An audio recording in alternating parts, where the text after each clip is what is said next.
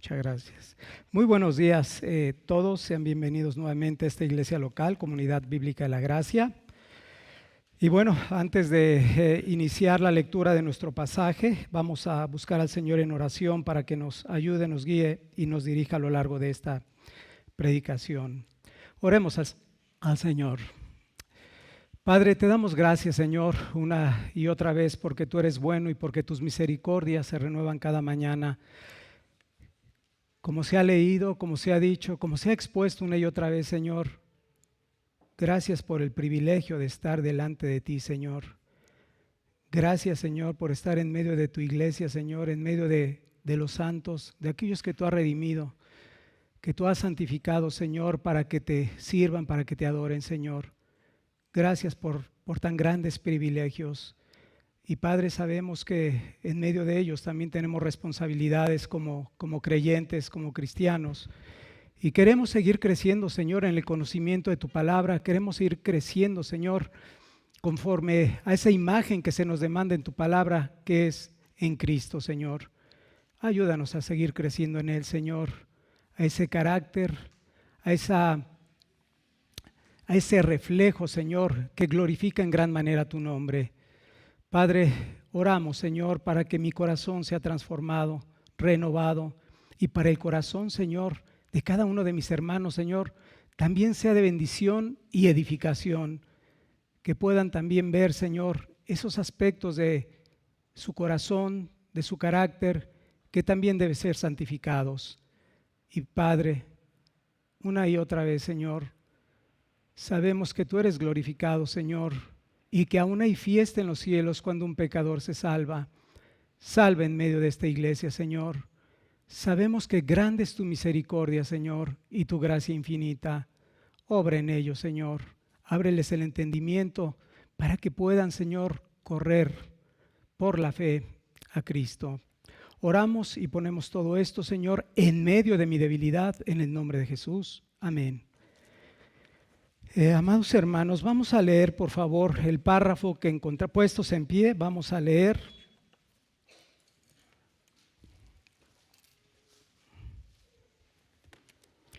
En el Evangelio de Mateo,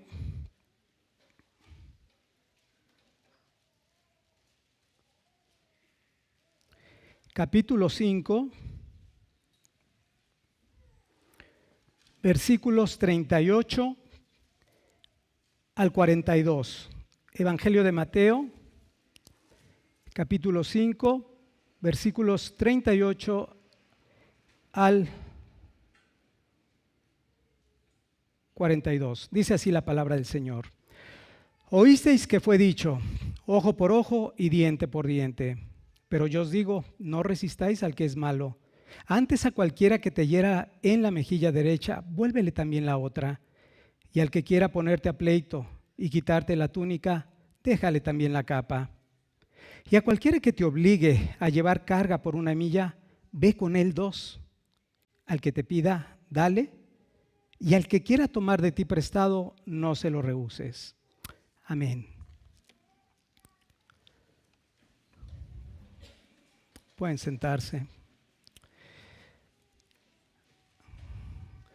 Si nos preguntáramos cuál es uno de los temas más usados, pero también más mal interpretados del Sermón del Monte, sin duda alguna diríamos que conocido por muchos como la ley del talión o la ley de la retribución.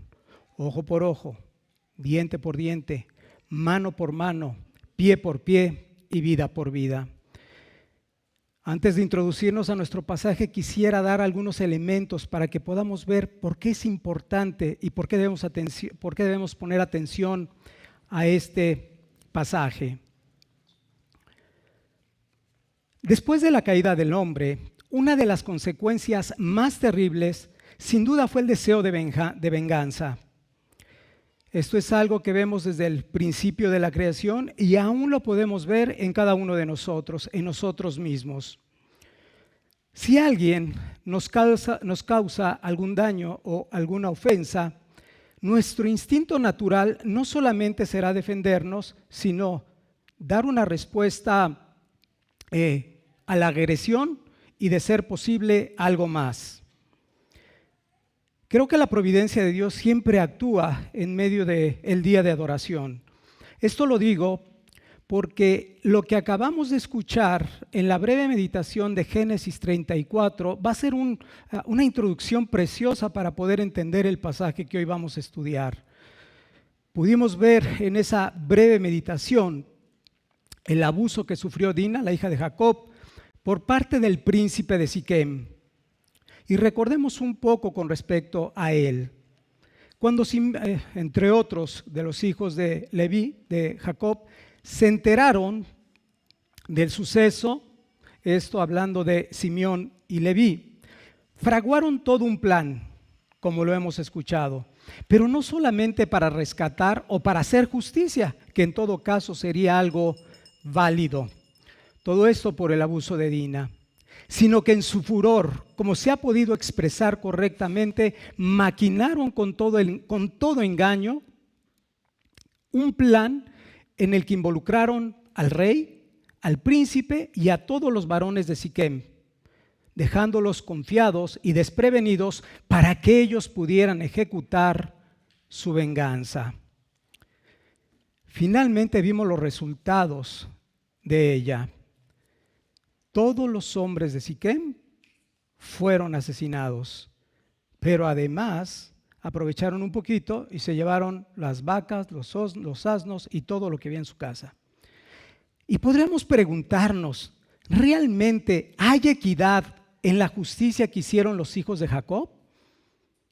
Y la respuesta es clara, no hubo equidad. Respondieron con un terrible genocidio. Ahora, pensemos en algo que sea más común, por ejemplo, un accidente automovilístico. Después de un choque, pensamos en el agraviado, en aquel que ha recibido el daño, empieza y le dice una ofensa a la otra persona. Aquel entonces, enojado por la ofensa, le da un puñetazo. Entonces el agraviado se vuelve a enojar, sube el furor, va a su automóvil, toma un bat, lo amenaza o lo golpea. El otro entonces responde, va al coche, toma una pistola, le dispara y finalmente muere. Historias que suelen suceder. Ahora, ¿qué podemos ver en todo ello? Bueno, y no pararía, como lo vemos en el caso de aquí que hicieron Simeón y Leví. No pararía, porque quizás la misma familia de este hombre ahora muerto buscaría también la venganza.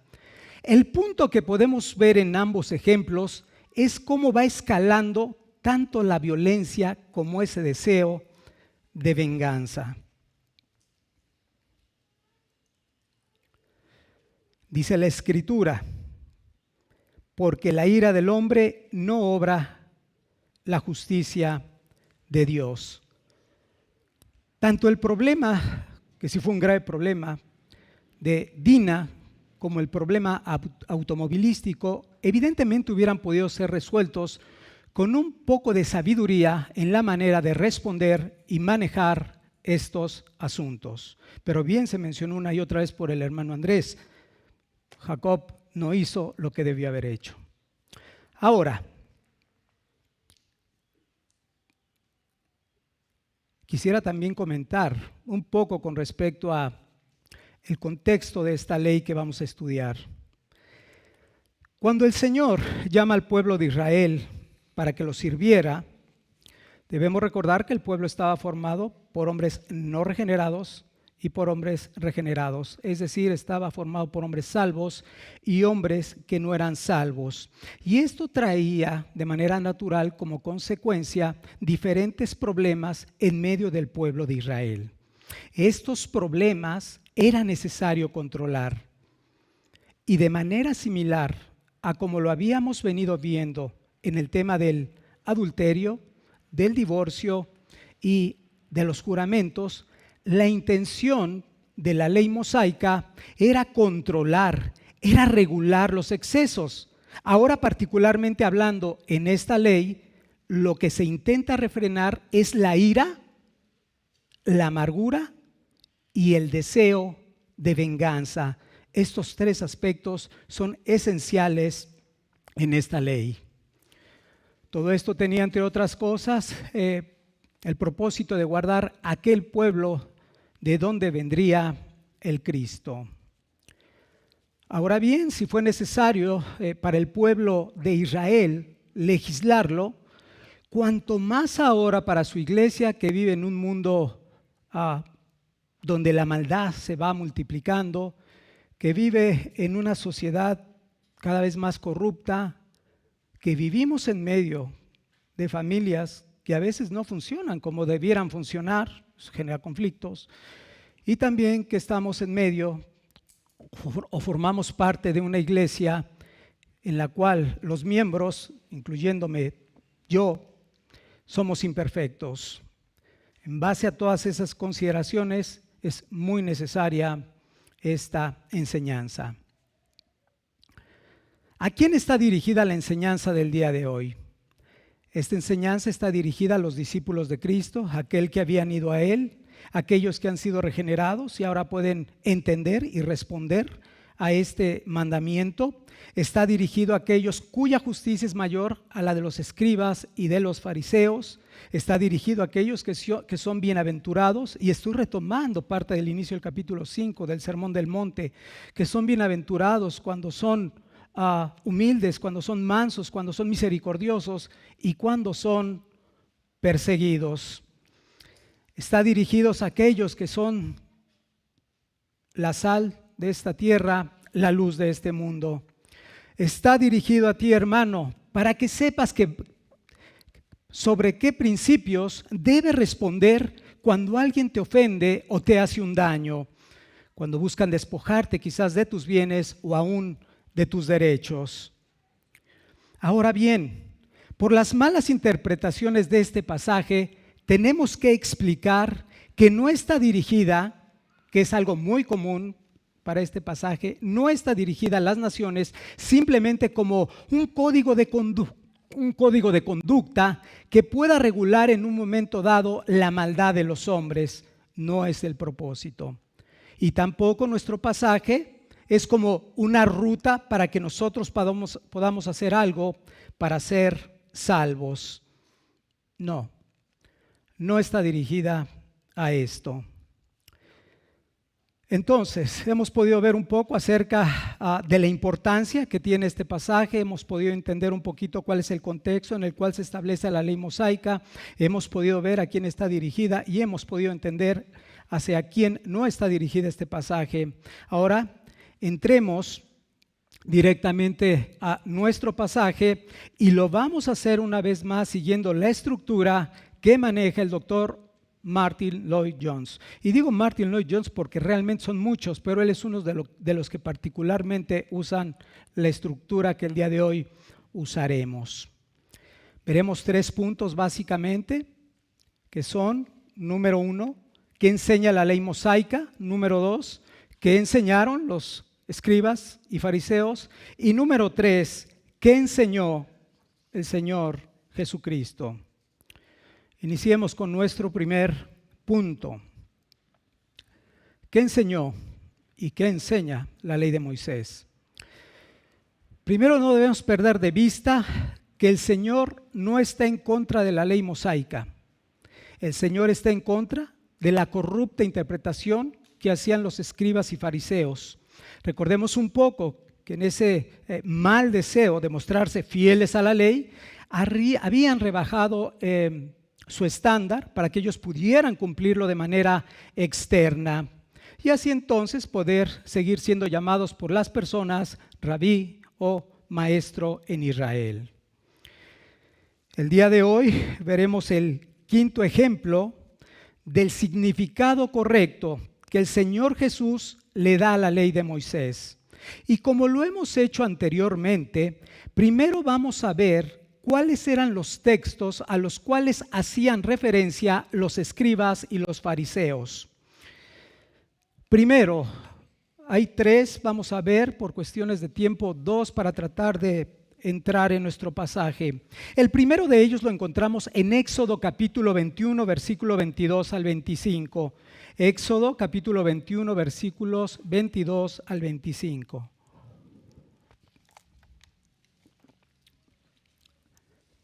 Dice la Escritura: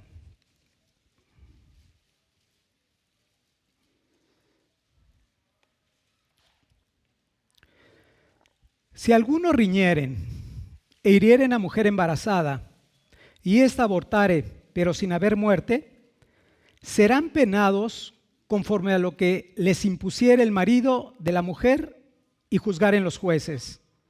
Mas si hubiere muerte, entonces pagarás vida por vida, ojo por ojo, diente por diente, mano por mano, pie por pie, quemadura por quemadura, herida por herida y golpe por golpe. En este texto, como lo hemos podido leer, nos habla que en medio de una riña hieren o hacen abortar a una mujer embarazada. Y lo primero que vemos es que Dios manda a los jueces a juzgar con buen juicio y a evaluar cuáles son los daños causados. En este caso, si había muerte o si solo había habido daños corporales, ya sea en la madre o en el bebé. Y entonces vuelve a instruir ¿a quién? A los jueces, para que el castigo sea de acuerdo a los daños y no más. Que este es el principio que trae esta ley. Si hubo daño de fractura, entonces no se pagará con la vida. Se pagará mano por mano.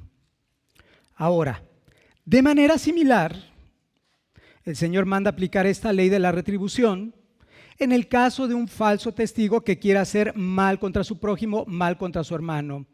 Este es el segundo texto que también usaban seguido los escribas y fariseos. Deuteronomio capítulo 19, versículos 16 al 21. Deuteronomio capítulo 19, versículos 16 al 21. Dice la Escritura: cuando se levantare testigo falso contra alguno para testificar contra él, entonces los dos litigantes se presentarán delante de Jehová y delante de los sacerdotes y de los jueces que hubieren aquellos días. Y los jueces inquirirán bien. Y si aquel testigo resultare falso y hubiera acusado falsamente a su hermano, entonces haréis a él como él pensó hacer a su hermano, y quitarás el mal en medio de ti.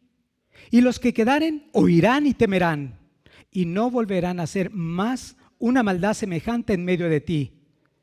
Y no le compadecerás vida por vida, ojo por ojo, diente por diente, mano por mano y pie por pie.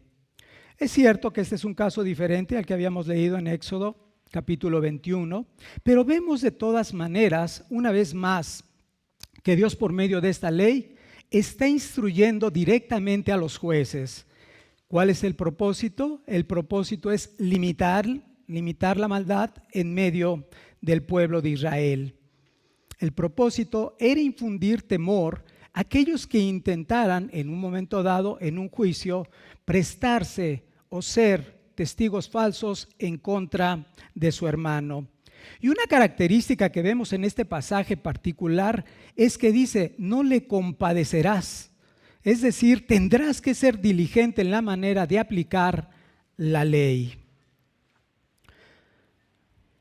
Esto me recuerda algo, el final de este pasaje, la diligencia de aplicar en un momento lo que está escrito en la ley. El libro de Eclesiastés en el capítulo 7 se nos habla que por cuanto no se hace sentencia luego, digamos de manera inmediata, el corazón de los hijos de los hombres está de continuo para hacer el mal. Entonces es un punto importante que debemos considerar. En ambos casos pudimos ver que Dios está refiriendo o está entregando estas leyes a las autoridades, particularmente hablando a los magistrados o a los jueces, quienes eran los representantes de Dios y que son los responsables de ejercer la justicia. Porque es muy importante, porque esa justicia debe reflejar la justicia de Dios. Porque debemos recordar que al final de todo, atrás de todos ellos, respaldando, dirigiendo la corte, estaba Dios. Dios estaba dirigiendo aún los tribunales. Los jueces, habiendo inquirido todos los hechos, habiendo evaluado correctamente cómo había sido el caso, deberían entonces proceder a lo que era la retribución del daño o el castigo. Y el principio que ellos deberían utilizar es ojo por ojo, diente por diente. Por lo tanto, lo primero que debemos concluir es que cuando se nos manda hacer una retribución de esta manera, no es algo que debamos de tomar de manera literal, sino que el principio que esta ley está estableciendo es que el castigo o la retribución debe ser en la proporción del daño o de la ofensa. La retribución o el castigo debe de ser directamente proporcional al daño o a la ofensa.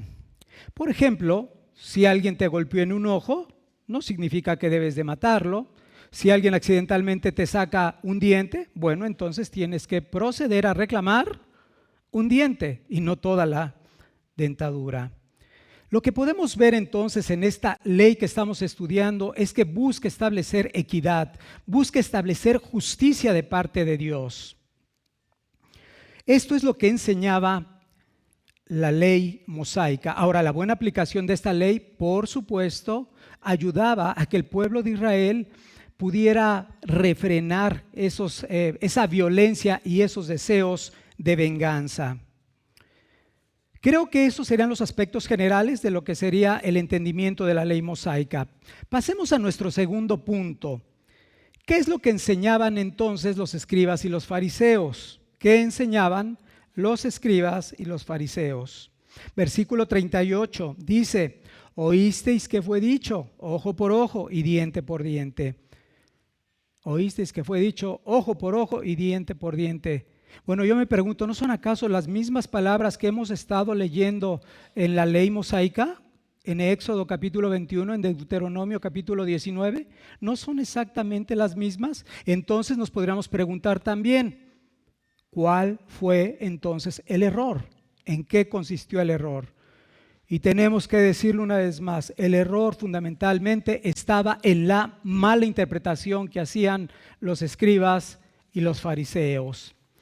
Ahora, hay dos aspectos que podemos resumir de esa mala interpretación para que nos quede claro dónde estuvo el error que cometieron. Número uno, la primera mala interpretación de esta ley es que fue dada para aplicarse, como lo hemos reiterado, por las autoridades, por los magistrados, por los jueces. Estos jueces, como lo hemos dicho, han sido establecidos por Dios y eran los responsables de ejercer la ley. Sin embargo, los escribas y fariseos lo tomaban o lo interpretaban como un asunto de aplicación personal, donde ellos decían, yo puedo llevar a cabo mi propia venganza, yo puedo ir y buscar mi propia retribución. Y eso lo llevó a buscarlo continuamente, y no solo a buscarlo, sino también a enseñarlo. Ahora, el segundo aspecto donde se equivocaron, hicieron de este mandamiento que era negativo, cuyo propósito era que no se buscara la venganza, lo hicieron positivo. Tomaron esta ley como un permiso de parte de Dios para exigir sus propios derechos cuando ellos mismos sufrían alguna ofensa o algún daño. Y como hombres no regenerados, pues no podían restringir ese deseo de venganza, insistían en ella, la buscaban con implacabilidad en lugar de limitar su práctica. Si te das cuenta, es completamente contrario al espíritu de la ley. Entonces nos vamos a nuestro tercer punto. ¿Qué enseñó Jesús? Continúa diciendo el texto, pero yo os digo, no resistáis al que es malo.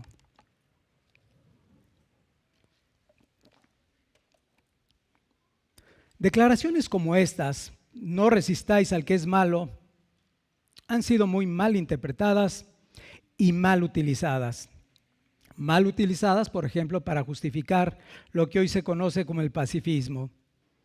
Los pacifistas son aquellos que dicen que todo tipo de guerra está prohibido bajo cualquier causa porque Dios así lo ha mandado, dicen los pacifistas.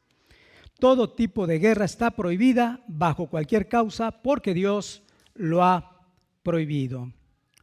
Uno de ellos, creo que es el más comúnmente mencionado en este contexto, es el escritor de origen ruso llamado León Tolstoy.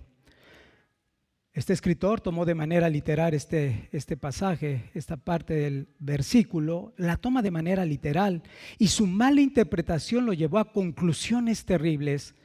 Empezó a decir que no era necesario la policía, no era necesario los magistrados o jueces y que tampoco era necesario el ejército en una nación, aún con la posibilidad de que fuera, ¿cómo se dice?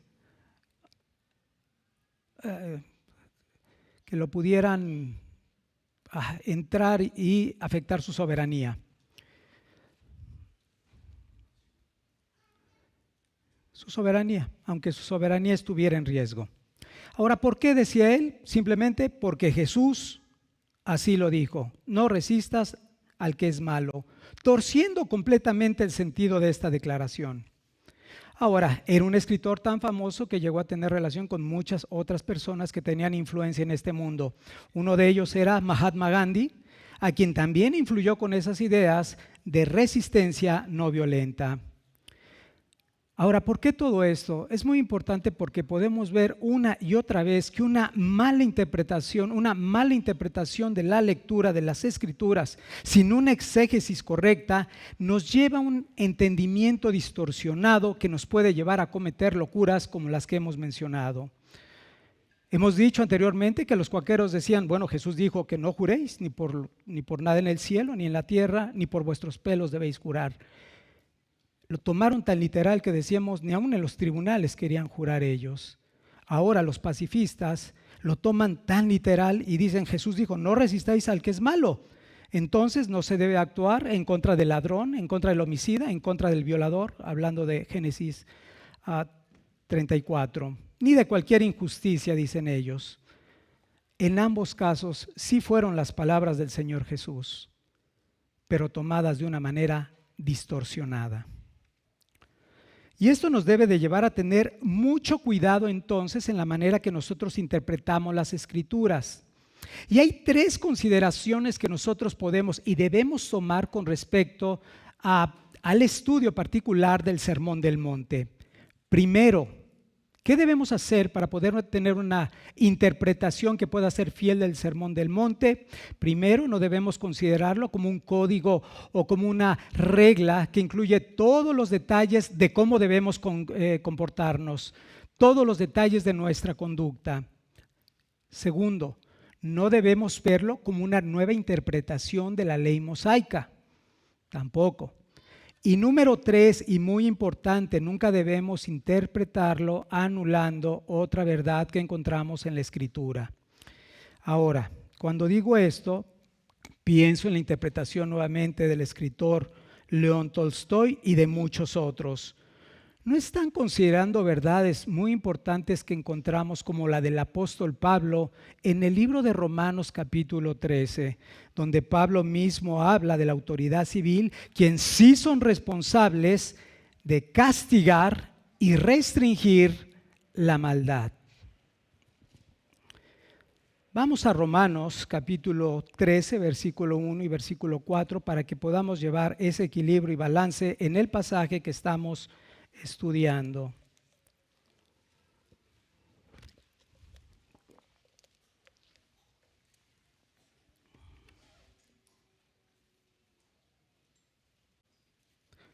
Romanos 13, versículo 1 y 4, 1 al 4 dice: Sométase toda persona a las autoridades superiores, porque no hay autoridad sino de parte de Dios, y las que hay por Dios han sido establecidas. De modo que quien se opone a la autoridad, a lo establecido por Dios resiste. Y los que resisten acarrean condenación para sí mismos. Porque los magistrados no están para infundir temor al que hace el bien, sino al malo. ¿Quieres pues no tener temor de la autoridad? ¿No temer la autoridad? Haz lo bueno y tendrás alabanza de ella, porque es servidor de Dios para tu bien. Pero si haces lo malo, teme, porque no en vano lleva la espada, pues es servidor de Dios, vengador para castigar al que hace lo malo. Así que las autoridades civiles son instituidas, y ya lo hemos visto también semanas atrás en nuestra confesión de fe.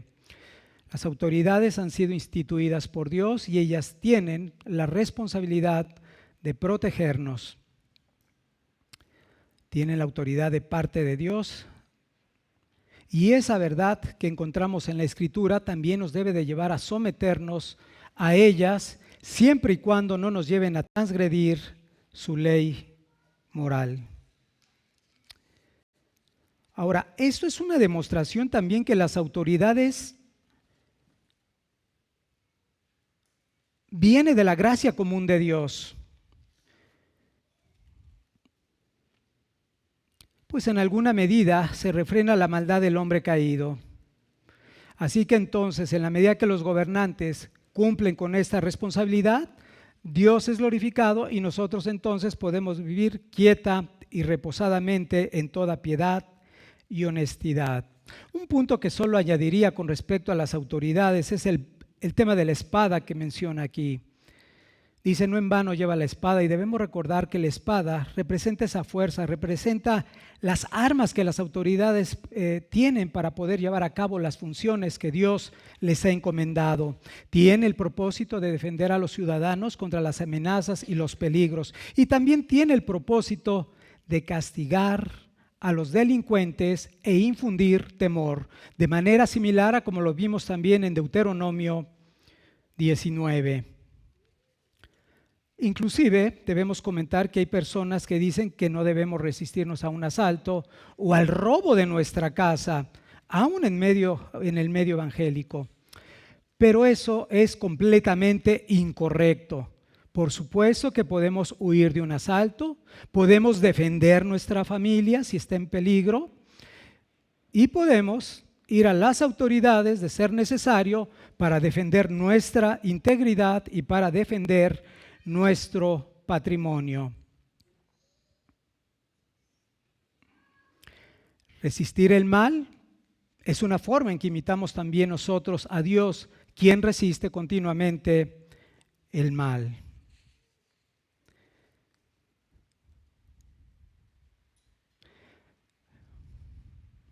Una vez que hemos visto la mala interpretación que habían hecho los pacifistas, ahora vamos a ver cuál es el sentido correcto de este mandamiento que nos da el Señor Jesucristo. El sentido correcto del mandamiento.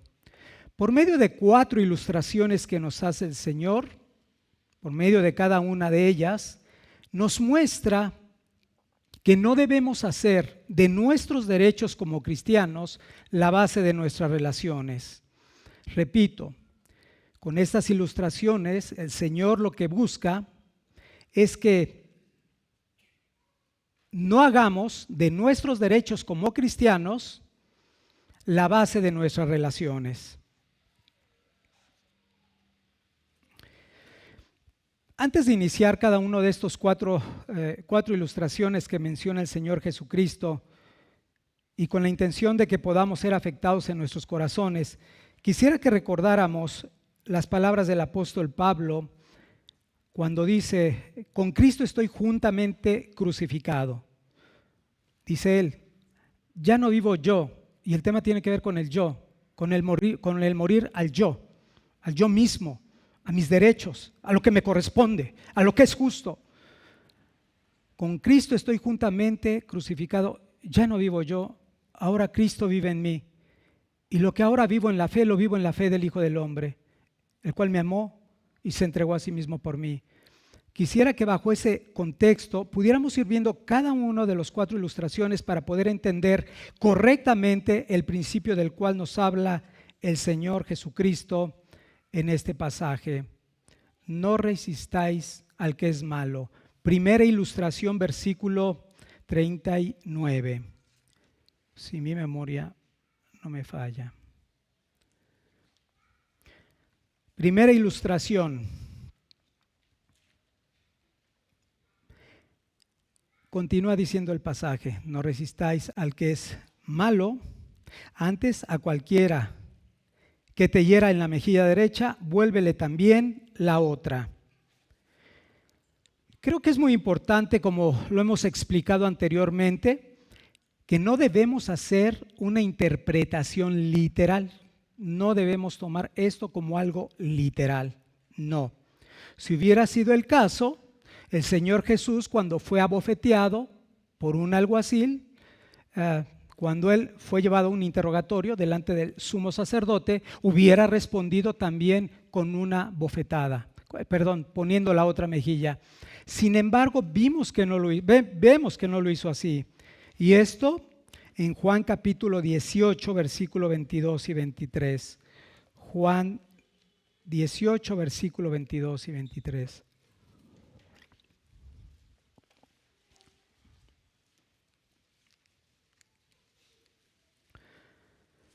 Dice el texto: cuando Jesús hubo dicho esto, uno de los alguaciles que estaba allí le dio una bofetada, diciendo: ¿así respondes al sumo sacerdote?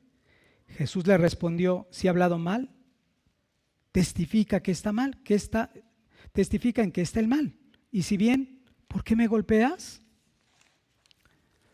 Ahora, si bien vemos que efectivamente el Señor no respondió poniendo la otra mejilla, sí respondió de acuerdo a la enseñanza que ahora estamos viendo. Sí respondió con ese principio, sí respondió en ese espíritu, porque a pesar de que pudo haber orado a su Padre y pedir que enviara una docena de legiones de ángeles, no lo hizo. Recordamos él que cuando lo amenazaba no amenazaba, sino encomendaba su causa al que juzga justamente. Así que en esta ilustración podemos ver más que un crimen violento, una gran ofensa. Cuando alguien golpeaba en la mejilla de otro, este golpe era comúnmente dado con el dorso, por eso dice la mejilla derecha. Entonces, cuando alguien golpeaba la mejilla de otro con el dorso, esto era considerado como una gran ofensa, mucho más en medio de los judíos, al grado que este tipo de insultos tenía que ser atendido en medio de los tribunales.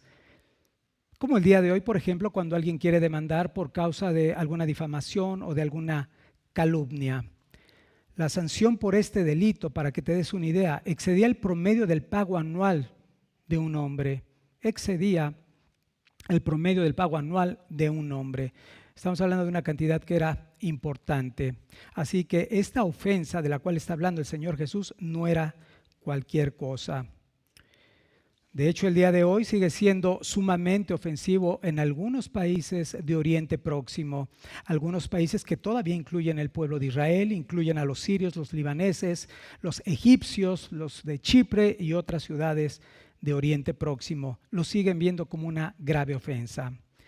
Ahora, el Señor Jesús está diciendo que esa grave ofensa, si la llegan a experimentar los judíos, les está diciendo que vuelvan también la otra mejilla.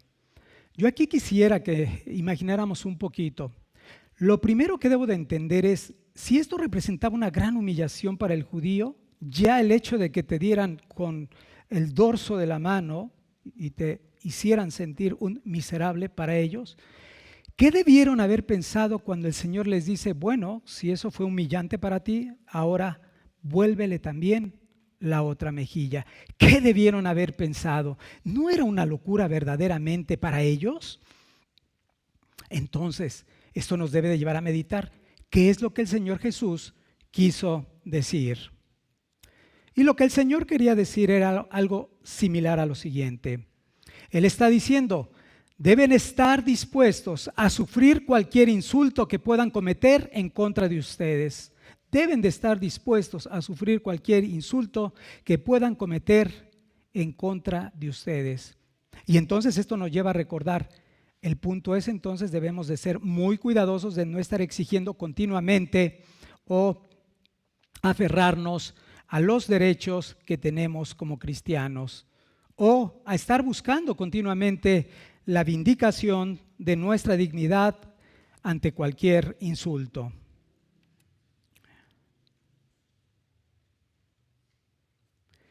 ¿Qué es lo que debemos hacer en este tipo de casos? Cuando alguien nos ofenda, cuando alguien nos pueda llegar a humillar, muy sencillo, deja las cosas en las manos de Dios. La Escritura dice, mía es la venganza, dice el Señor, yo daré el pago. Una de las cosas interesantes con respecto a Romanos 13 es que precisamente los versículos que anteceden hablan de eso, hablan de ese mismo principio, de no vengarnos a nosotros mismos, sino dejar siempre la venganza en el Señor. Déles el derecho de llevar a cabo, si esa es su voluntad. Pero en el caso del cristiano, abandonar los derechos, no esperar y no tener ningún deseo de venganza. Cuando vengan esos insultos, nuestra respuesta, que es lo que decíamos, el anhelo y el deseo de nuestros corazones debe de ser recibirlo con humildad y con mansedumbre, sin un deseo de venganza. ¿Por qué? Porque debemos recordar continuamente que nuestra reputación, nuestra dignidad está asegurada en Dios. Ahora, no solo debo responder, ¿verdad?, con mansedumbre, con humildad, sino también debo responder con un espíritu misericordioso, recordando que aún el Padre es misericordioso cuando nos perdona cualquier ofensa, cuando traemos eso a nuestra mente, que Él ya nos ha perdonado. Y con la misma liberalidad que Él nos perdona, perdonarla también nosotros. Amado hermano, cuando un gentil es ofendido o es ultrajado, responde igual o peor, como lo hemos visto en los ejemplos. Los escribas y los fariseos habían tomado de esta ley como un pretexto para vengarse ellos mismos. Pero cuando un cristiano, cuando un hijo de Dios es insultado, no debe aferrarse a sus derechos, no debe ser vencido por el mal, sino debe vencer el mal con el bien. Entonces reflejaremos el carácter de nuestro Padre Celestial. Ese sería el primer punto de lo que realmente trata el mandamiento que está dando el Señor Jesús. Segundo, continúa diciendo el versículo 40, y al que quiera ponerte a pleito y quitarte la túnica, déjale también la capa. Vamos a ver de qué trata esta segunda ilustración. Ahora esta nos hace una referencia a una persona que pudiera ser astuta. Calvino le llama a una persona que puede ser malvada, que quiera llevarnos a los tribunales. Por eso dice, al que quiera ponerte a pleito, habla en un término legal. Y con el propósito de quedarse con el abrigo que es nuestro, y digo el abrigo haciendo alusión a la túnica de la cual habla el Señor Jesús. Bajo el principio que hemos hablado, nuevamente el Señor nos dice que no debemos empeñarnos a exigir nuestros derechos. Si quiere la túnica, dale también la capa. No es necesario llegar hasta los tribunales para defender tus derechos, es lo que quiere decir el Señor Jesús. Por eso digo que son textos difíciles de interpretar, pero es muy importante que tengamos el principio del cual Jesús quiere que tomemos nosotros para no terminar como León Tolstoy y muchos otros torciendo lo que está diciendo, inventando cosas con respecto a él. Ahora bien, ¿cuál es el énfasis que está haciendo el Señor Jesús? El énfasis está en la capa del judío. ¿Por qué? Porque era prácticamente intocable. Y esto nos debe de llevar a recordar que en el Antiguo Testamento la capa tenía un aspecto financiero. Cuando alguien tomaba dinero, servía de prenda, pero había la obligación de regresarla antes de que cayera la noche. Esto lo dice Éxodo 22, 24. ¿Por qué? Porque recordemos que la capa no solo servía como parte de la vestimenta, en este caso externa, sino también para muchos servía como cobija para dormir. Así que no es necesario que exijamos aún nuestros derechos en esto.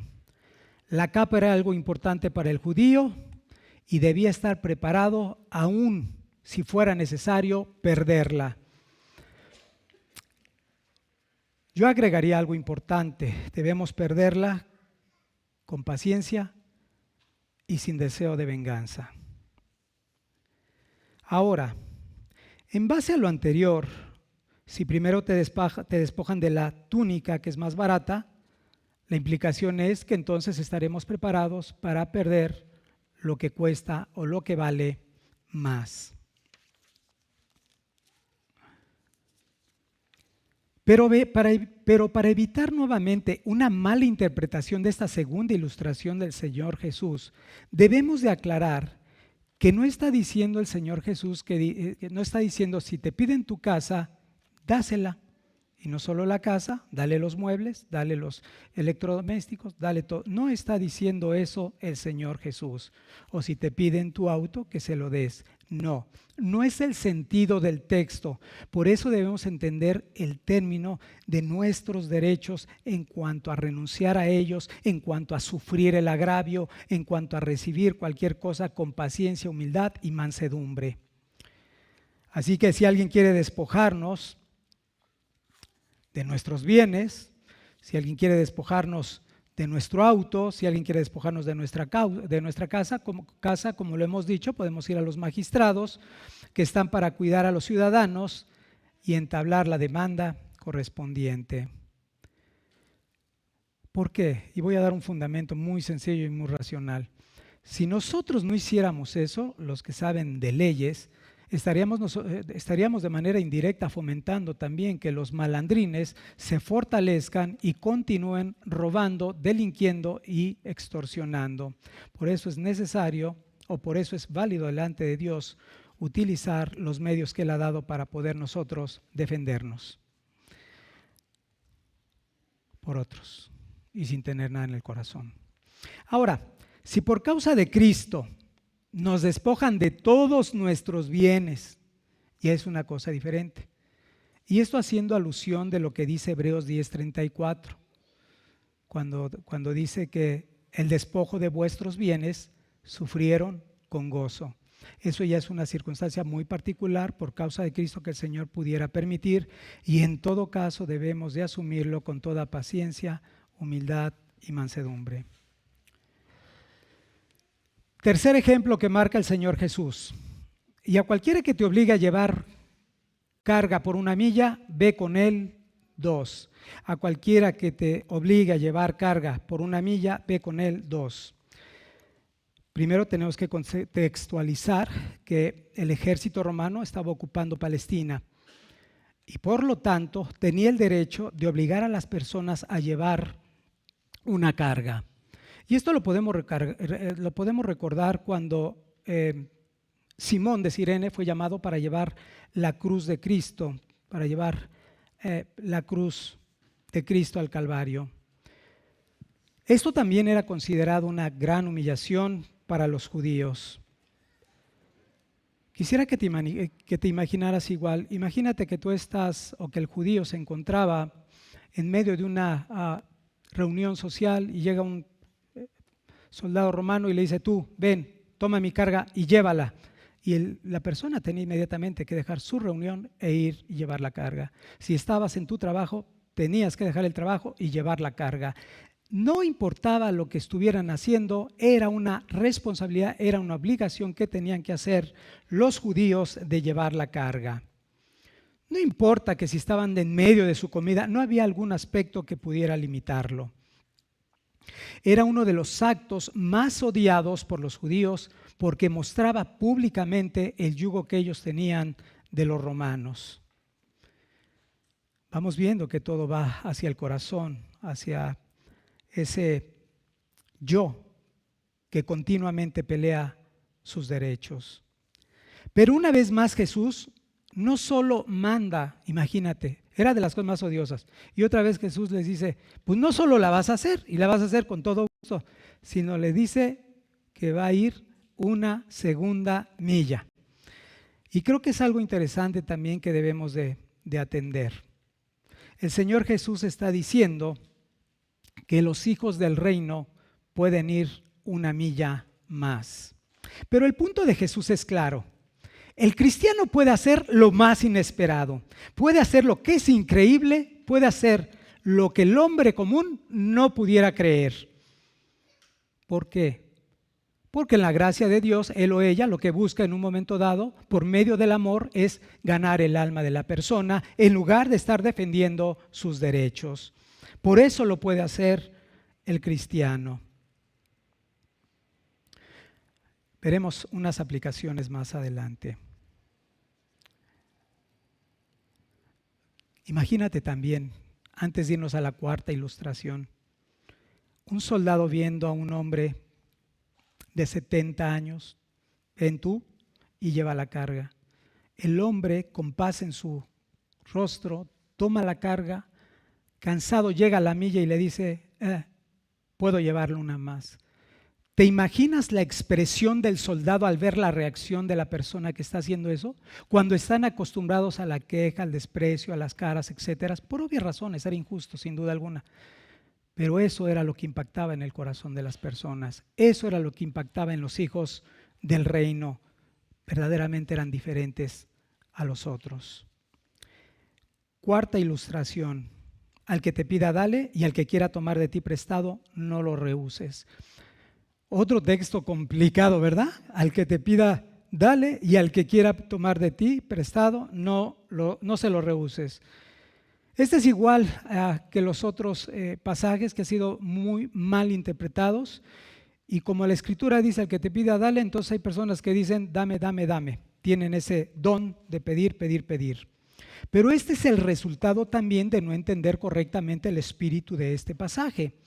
Imagínate para aquellos que digan, no, es que aquí dice así, y trabajan en un centro comercial, trabajan en una tienda departamental, alguien le dice, bueno, tú eres cristiano, ¿no? Y la Escritura dice que al que te pida le des, entonces dame. Y entonces el otro dice, bueno, sí dice la Escritura así, pero por no entender el pasaje, le da lo que le pide. Pues bueno, problema va a tener para poder responder con los jefes. Incorrecta la interpretación. Ya no digo de un banco, sería una locura, ¿no? El que te pida, dale. No importa que no cumpla con las características financieras para poderle dar un crédito. Entonces, esto es por no entender el espíritu del mandamiento. Tampoco si alguien que te dice en un momento dado, préstame tu coche, no seas mala onda, también dice, ¿no? La Escritura dice al que te pida, dale, ¿verdad? O, ¿me puedes dar para irme de vacaciones? Y a lo mejor la persona ni siquiera está trabajando, pero bueno, entendiendo que la otra persona podía tener los recursos, no tiene empacho y dice, bueno, es cristiano y la Escritura dice que al que te pida, le des, y levanta la mano, ¿verdad? Y a veces en la ignorancia algunos pueden caer y decir, bueno, pues ahí está el coche y toma para la gasolina, ¿verdad? Para ir la segunda milla. Mal aplicada. Bueno, por eso es entender el espíritu del mandamiento, porque si logramos tú y yo llegar al balance, vamos a poder aplicar correctamente esta ley. Ahora,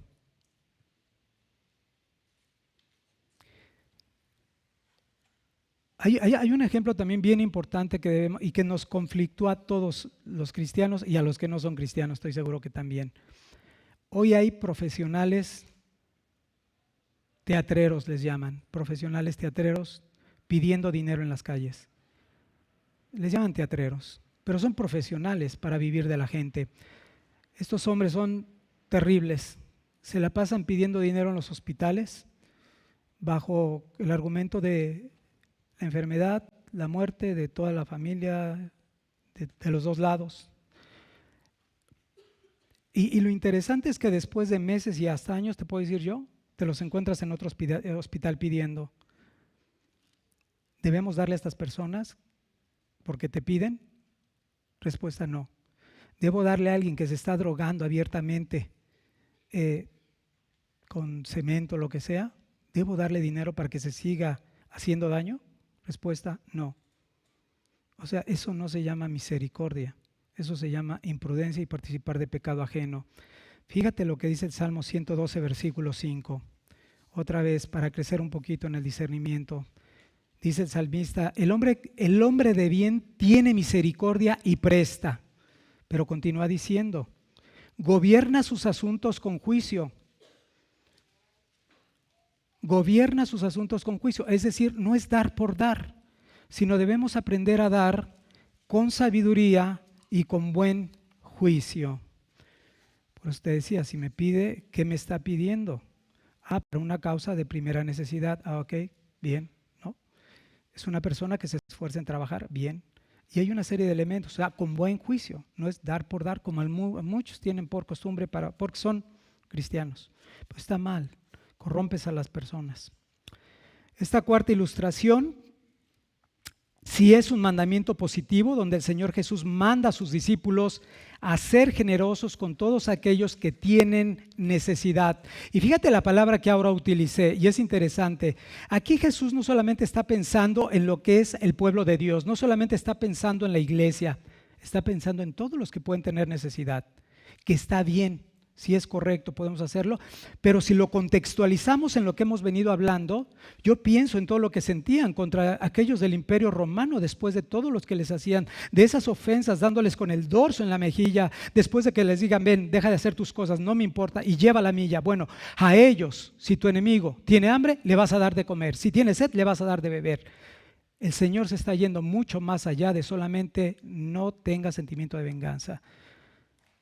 Eso es una de las características que tienen los hijos del reino. No solamente se van a abstener de hacer, por decirlo de alguna manera, lo malo, por medio de la ira, la amargura, la venganza. No, van a ir adelante y se van a preocupar de las necesidades que pueda haber en otros, incluyendo los enemigos. Y eso no es nuevo, ¿eh? Ahora, me encantó una frase que escuché y la tengo que repetir. Alguien dijo en alguna ocasión, dicen, el que paga mal por mal, pagar mal por mal es del diablo. Fíjate bien, pagar mal por bien es demoníaco. Mal por bien. Pagar bien por bien es humano. Me hizo, pues yo te retribuyo lo que tú me ayudaste. Pero pagar bien por mal es divino. Eso es lo cristiano. Y hacia ese camino debemos dirigirnos. Es interesante ver, el Señor entonces no solamente nos manda a no buscar vengarnos de diferentes ofensas, de agravios, sino además nos dice, una de las características de aquellos que forman parte de su reino es tener cuidado y misericordia por los demás. Y solo para terminar este cuarto punto y solamente irnos a las aplicaciones, principios muy básicos de misericordia para poder entenderla y para poderla hacer de manera que le agrade a Dios. Algunos elementales. Y de hacer el bien, dice, mayormente a los hermanos en la fe. En cuanto sea posible, hacer el bien a todos, ¿verdad? Pero mayormente a los hermanos en la fe. Y luego, no nos cansemos de hacer el bien, porque a su tiempo segaremos. A veces es difícil hacerle el bien a alguien que nos ha hecho una y otra vez mal, pero es lo que nos manda el Señor. Ahora es un bien, obviamente, nuevamente con un buen juicio, para saber qué nos están pidiendo o cómo les vamos a poder ayudar. Debemos hacerlo con aquellos que no nos pueden devolver el bien. Eso cómo le agrada al Señor. Cuando le ayudas y haces misericordia a alguien que no te la puede devolver. Y debemos recordar algo. Si hoy podemos hacer misericordia a 3, a 4, a 5, a 6, a 1, debemos de buscar hacer misericordia a más. Y la misericordia va a ser siempre en función a mis capacidades y no a las capacidades de otro. Terminemos con algunas aplicaciones y espero que con esto quede completamente claro hacia dónde vamos o hacia dónde fuimos. Amados hermanos, creo que una de las primeras aplicaciones sería recordar que el precio que tenemos, que se nos pide para poder ser imitadores de Cristo en nuestras relaciones es alto, es muy alto. Una vez más, se nos recuerda que nuestros derechos legales como cristianos han sido adquiridos por precio de sangre. El llamado sigue siendo el mismo. Lucas 9:23 dice, y decía a todos, si alguno quiere venir en pos de mí, niéguese a sí mismo, tome su cruz y sígame. El llamado sigue siendo el mismo. Ahora, El reflejo de este carácter que hemos hablado, la manera que debemos responder ante estas circunstancias de ofensa, de despojo, bienes o derechos, se debe de desarrollar en primera instancia en aquel lugar donde tenemos mayores relaciones. ¿Cuál es? La casa, en nuestro hogar. Y no podría decir, a ver, hijo, si tu papá es así, o papá, si tu hijo es rebelde y cuanto más. No, pues solo voy a dar un ejemplo y que Dios nos siga ayudando a tomar el principio, ¿verdad?, como es. Pero podemos pensar en el ejemplo del cónyuge que es áspero, que es clásico, el que humilla a su pareja continuamente. Es algo que escuchamos en los maridos o mujeres inconversos. Muchas veces les piden llevar la otra milla. Y bueno, sabemos que no es fácil, ¿verdad? Pero por eso estamos hablando de ¿qué? De buscar crecer en imitar el carácter de Dios por medio de estas instrucciones que el Señor nos está dando. Cuando la mujer entonces va a reflejar este carácter que Dios nos está demandando, ¿qué puede suceder en ese cónyuge que es áspero, que tiende a humillarla, que tiende a decirle solamente por molestar, pues vuélvelo a hacer? ¿Qué puede hacer cuando ella le dice, sí, cómo no? Y no lo voy a hacer 2, lo voy a hacer 7 veces. ¿Qué más quieres que haga? Es evidente, cuando ella va a la segunda milla y es paciente, que a su tiempo va a recoger el fruto en el alma de la persona. Por eso Dios manda para que oren en el corazón por medio de ese evangelio práctico, vívido, que reflejamos nosotros. Dice 1 Pedro 3:1, asimismo vosotras mujeres, lo podemos aplicar a los dos, estad sujetos a vuestros maridos para que también los que no crean a la palabra sean ganados sin palabra por la conducta de sus esposas. 2. Otro de los lugares donde tenemos más relaciones, ¿cuál sería? El trabajo, la escuela. Pero quisiera irme al trabajo porque creo que es donde a veces la gente también como padece, y más como cristiano. La gente normalmente, los jefes, ¿cómo son? La verdad son difíciles de soportar, literalmente, como lo dice el apóstol, difíciles de soportar y a veces exigen más de lo debido. Bueno, imagínate en un contexto así tú cristiano. Pablo manda y dice por medio de Tito en el capítulo 2, versículo 9 y 10. Exhorta a los siervos a que se sujeten a sus amos, que agraden en todo, que no sean respondones, no defraudando, sino mostrándose fieles en todo, para que en todo adornen la doctrina de Dios, nuestro Salvador. ¿Te imaginas qué bendición es tener ese nivel de trabajadores en tu propia empresa? ¡Qué bendición! Imagínate aquel que no seguía literalmente en el contrato donde la coma, el punto dice que yo no debo de hacer específicamente eso que me está... No, es cuando puede ir la segunda milla sin mayor problema. Los que normalmente crecen y se desarrollan en las instituciones, ¿sabes cuáles son? Los que van la segunda, la tercera, la cuarta, la quinta y no les importa y de repente ya los ves en un nivel superior. Ahora, como cristiano, eso también, por supuesto, es la mano y gracia de Dios obrando. Pero hoy en día todo el mundo se queja, otra vez el tema de los derechos. No, espérate, eso no me toca a mí. ¿Por qué quieres que lo haga yo? Eso le toca a la de al lado. No. Preciosos trabajadores aquellos.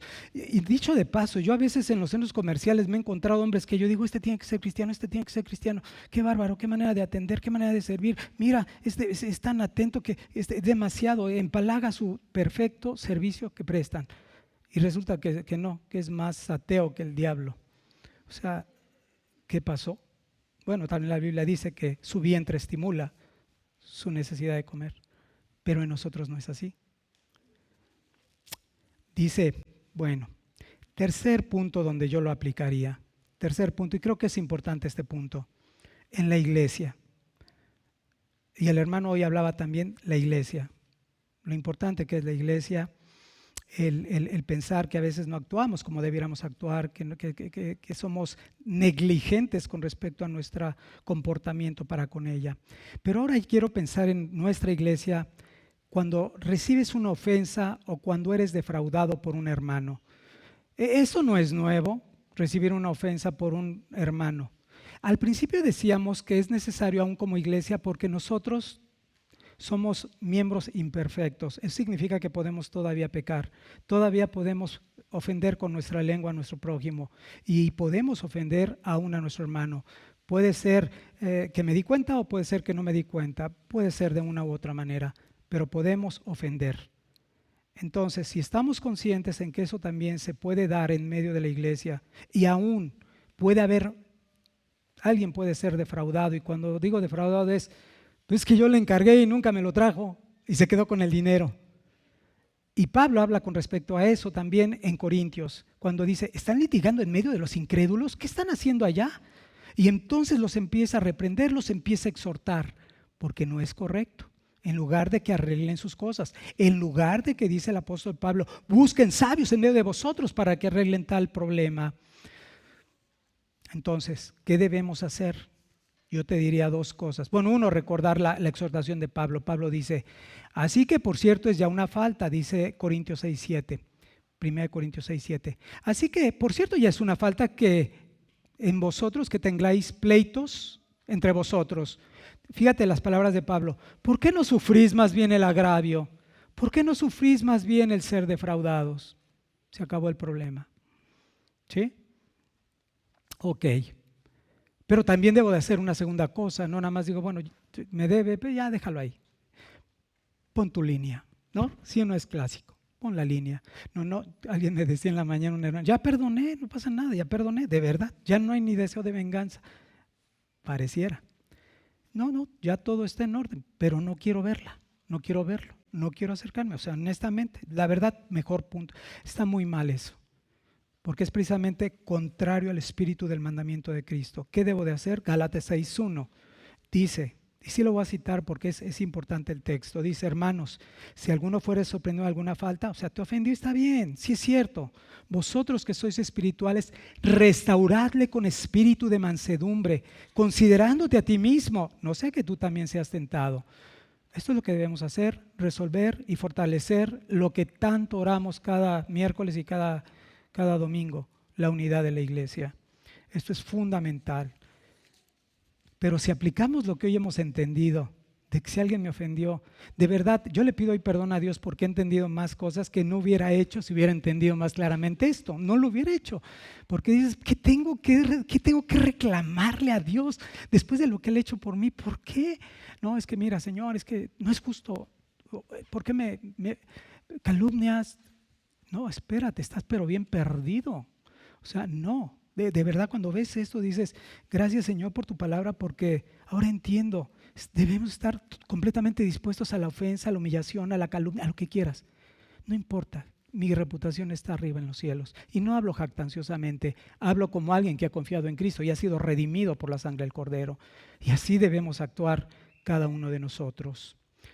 Termino diciendo, este tipo de conducta refleja el poder transformador del Evangelio, refleja tu unión con Cristo, refleja esa nueva naturaleza, refleja tu gratitud para con Dios, refleja que en verdad perteneces al reino de Cristo y fíjate esto para subrayarlo, siempre trae fruto, refleja tu anhelo por ganar el alma de otros para Cristo. Así que si eres cristiano y no ves fruto, y te das cuenta que como yo en algunas ocasiones yo he caído en eso y he ido a pedirle perdón al Señor, pero tú te das cuenta que has caído en eso